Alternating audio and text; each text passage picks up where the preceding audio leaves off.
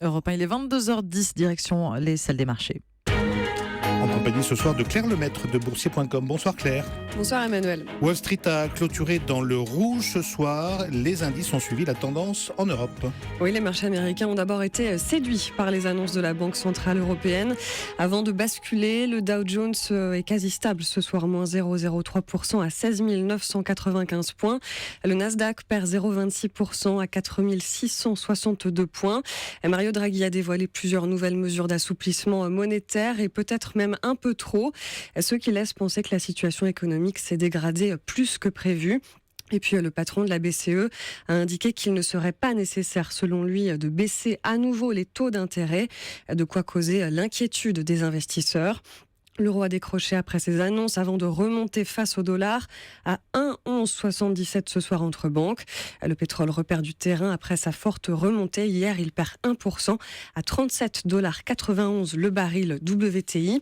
Du côté des valeurs, les technologiques repartent en baisse, notamment Microsoft qui perd 1,6%, Cisco Systems moins 0,9%, IBM moins 0,2%.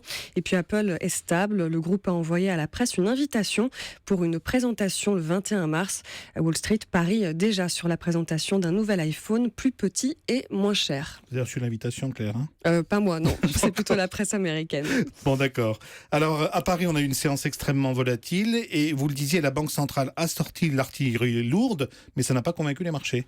Oui, le CAC 40 a pourtant bondi de plus de 3% après les annonces de Mario Draghi, mais il a ensuite effacé ses gains et il a même terminé en forte baisse de 1,7% à 4 350 points. Une inversion de tendance assez exceptionnelle.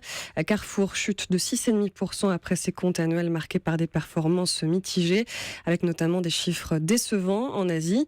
Sur le CAC 40, les plus lourds replis sont signés Renault, moins 4,8%, Valeo, moins 3,8% et Airbus, moins 3,9%.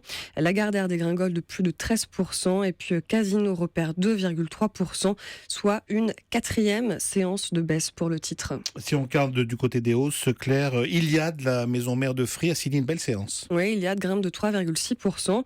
Les revenus ont progressé de 5,9% en 2015 à 4,41 milliards d'euros, tirés par de nouveaux gains de parts de marché dans le mobile. Bourbon gagne 2,3% après ses résultats. Le groupe parapétrolier a maintenu son dividende. Et puis cette séance aura été très volatile aussi sur les autres marchés européens. Londres lâche ce soir 1,8%. Francfort plonge de 2,3%. Amsterdam, moins 1,2%. Zurich, moins 1%. Milan, moins 0,5%. Bruxelles, moins 0,9%. Seul Madrid résiste, plus 0,07%. Et puis, je vous redonne le CAC 40. Il perd ce soir 1,7% à 4 350 points. Merci beaucoup, c'était Claire Lemaître.